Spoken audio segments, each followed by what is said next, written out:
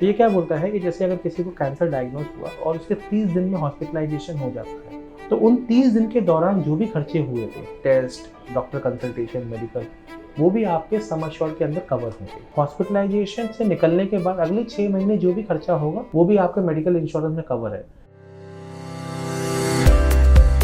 तो मेरा पहला क्वेश्चन है कि क्या कैंसर पेशेंट्स को हेल्थ इंश्योरेंस पॉलिसी मिलती है? देखिए, ये सबसे बड़ी क्रिटिकल इलनेस मानी जाती है कैंसर। तो बहुत सारी इंश्योरेंस कंपनी अगर कोई क्रिटिकल इलनेस हो जाती है और बेशक क्योर हो जाती है, फिर भी उसके बाद हेल्थ इंश्योरेंस देने में इंटरेस्टेड नहीं है।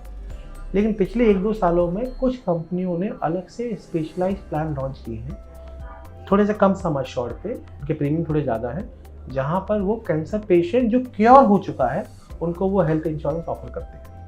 अच्छा, अगर मुझे कैंसर है और मुझे हेल्थ इंश्योरेंस पॉलिसी लेनी है, so do I need to undergo medical test?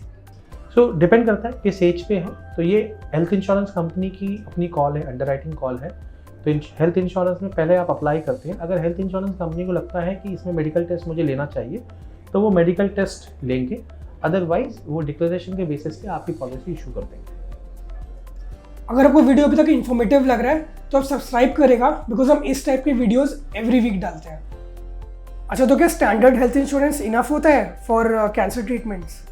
देखिए, हेल्थ इंश्योरेंस में जनरली जो कवर्ड है, आप कोई भी हेल्थ इंश्योरेंस लेने जाते हैं उसके 3 हिस्से हैं: pre hospitalisation cost, hospitalisation cost and post hospitalisation cost. तो ये क्या बोलता है कि जैसे अगर किसी को कैंसर डायग्नोज हुआ और उसके 30 दिन में हॉस्पिटलाइजेशन हो जाता है, तो उन 30 दिन के दौरान जो भी खर्चे हुए थे, टेस्ट, डॉक्टर कंसल्टेशन, मेडिकल, वो भी आपके सम एश्योर्ड के अंदर कवर होंगे।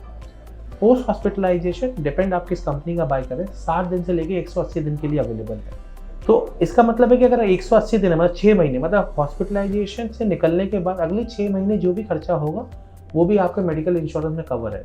तो मोटा मोटा 95-98% एक्सपेंसेस कवर हो जाते हैं। यहाँ पर जो कवर नहीं होता है वो है कि आपके एडिशनल हॉस्पिटलाइजेशन खर्चे, जैसे हम कैब करके आए या फिर घर में जो एक्सपेंडिचर है या उसके हिसाब से न्यूट्रिशन डाइट लेना पड़ा, वो सब चीज़ें आपको एडिशनल फाइनेंशियल बर्डन देती है। क्या मुझे क्रिटिकल इलनेस कवर मिल सकता है अगर मुझे कैंसर है? तो कोई भी हेल्थ इंश्योरेंस कंपनी होगी, चाहे वो क्रिटिकल इलनेस है या नॉर्मल इंश्योरेंस है या लाइफ इंश्योरेंस, अगर कोई बीमारी डायग्नोज हो गई है तो वो सर्टेन क्लेम की स्टडी में आएंगी, और कोई भी चीज़ सर्टेन है उसके लिए इंश्योरेंस नहीं है। तो अगर कोई चीज़ डिफाइन हो गई है ऑलरेडी तो फिर आपको नहीं मिलेगा। इसलिए हमेशा बोला जाता है कि आप इंश्योरेंस की प्लानिंग पहले से कीजिए जब आप ठीक है, हेल्दी हैं, जिससे जब कोई अनसर्टेन इवेंट अकर हो हेल्थ वाइज, लाइफ वाइज, तो इंश्योरेंस कंपनी आपकी फैमिली को वो फाइनेंशियल सपोर्ट दे सके। सो एक क्रिटिकल इलनेस इंश्योरेंस का वेटिंग पीरियड कितना होता है? तो क्रिटिकल इलनेस की अलग कोई डेफिनेशन नहीं है। अगर कोई क्रिटिकल इलनेस ऑलरेडी पहले से है व्हाइल बाइंग द पॉलिसी, तो फिर इंश्योरेंस कंपनी उसे प्री एग्जिस्टिंग ट्रीट करेंगी और उस पर 2-4 साल जो भी उनका क्लॉज है उस पर वो अप्लाई करेंगे। लेकिन क्रिटिकल इलनेस पहले से नहीं है और डायग्नोज होती है इंश्योरेंस पॉलिसी लेने के बाद, तो 30 दिन के बाद वो कवर्ड होगा सारा का सारा। अच्छा, तो बता सकते हैं which is better, life insurance या क्रिटिकल इलनेस? देखिए, दोनों का पर्पस अलग अलग है। लाइफ इंश्योरेंस का पर्पस है कि अगर मुझे कुछ हो जाता है तो मेरी फैमिली को वो सम एश्योर्ड मिले और मेरी जो फाइनेंशियल ऑब्लिगेशन थी फैमिली के प्रति वो मिटिगेट हो। क्रिटिकल इलनेस का ऑब्जेक्टिव ये है कि जब आप हेल्थ इंश्योरेंस लेते हैं तो उसमें सिर्फ हॉस्पिटलाइजेशन कवर होता है। आप ऐसे एग्जांपल लीजिए, किसी का बाईपास सर्जरी हुआ। बाईपास सर्जरी डायग्नोज होने से रिकवर होने में कम से कम 6-8 महीने का समय लगता है। उन 6-8 महीने में आपकी EMI बनती रहेगी, बच्चों की फीस जाती रहेगी, रेंट आपका जाता रहेगा, आपको एडिशनल सपोर्ट चाहिए होगा जैसे trainer, nutrition, additional food, they all are expensive. ये सारे खर्चे हॉस्पिटलाइजेशन में कवर नहीं हुए, है ना। तो क्रिटिकल इलनेस जनरली इसको हम बेनिफिट पॉलिसी बोलते हैं। ये इसलिए होती है कि आपका हॉस्पिटल का खर्चा तो कवर हो गया ऑलरेडी, लेकिन हॉस्पिटल के बियॉन्ड जो आपके फैमिली फाइनेंसेस है जिसमें आप सेविंग खराब कर रहे हैं, उस तरीके के क्लेम कहाँ से आप एंटरटेन करेंगे।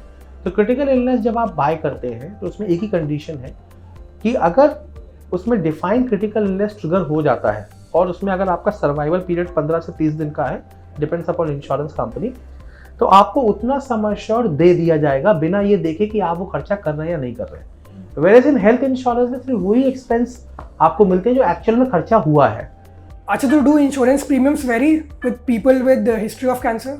एक आप ऐसे एग्जांपल लीजिए, आपने 100 लोगों ग्रुप लिया जो हेल्दी है, इनकी प्रोबेबिलिटी क्लेम लेने की 1% है और 1 लाख रुपए का क्लेम लेना है उन्हें, तो उसका एवरेज प्रीमियम बनेगा 1,000 रुपये, यानी 1,000 रुपये सब कलेक्ट करेंगे 1 लाख रुपये हो जाएगा। लेकिन एक दूसरा 100 लोगों का ग्रुप है जिसकी प्रोबेबिलिटी ऑफ क्लेम 20% है ना, तो वो क्लेम कितना लेंगे 20 लाख रुपए। तो अब 20 लाख रुपए अगर 100 लोगों में डिस्ट्रीब्यूट होगा तो वो प्रीमियम 20,000 रुपये आएगा। तो जैसे जैसे प्रोबेबिलिटी बढ़ती जाती है वैसे वैसे प्रीमियम डिफर होते जाते हैं। तो कोई भी अगर प्री एग्जिस्टिंग है, सिर्फ कैंसर नहीं, कोई भी प्री एग्जिस्टिंग है, तो सबसे पहले इंश्योरेंस कंपनी ये देखेगी क्या हमें ये कवर करना है नहीं करना है, दूसरा क्या एक्सक्लूजन्स करना है, तीसरा क्या लोडिंग लेना है।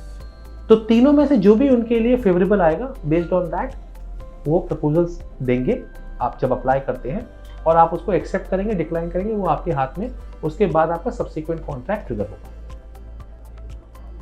अगर आपको वीडियो इन्फॉर्मेटिव लगा तो आप सब्सक्राइब करेगा एंड अपने फ्रेंड्स एंड फैमिली के साथ ज़रूर शेयर करिएगा। एंड अगर आपको और वीडियोस एक्सप्लोर करने हैं तो ये है प्लेलिस्ट।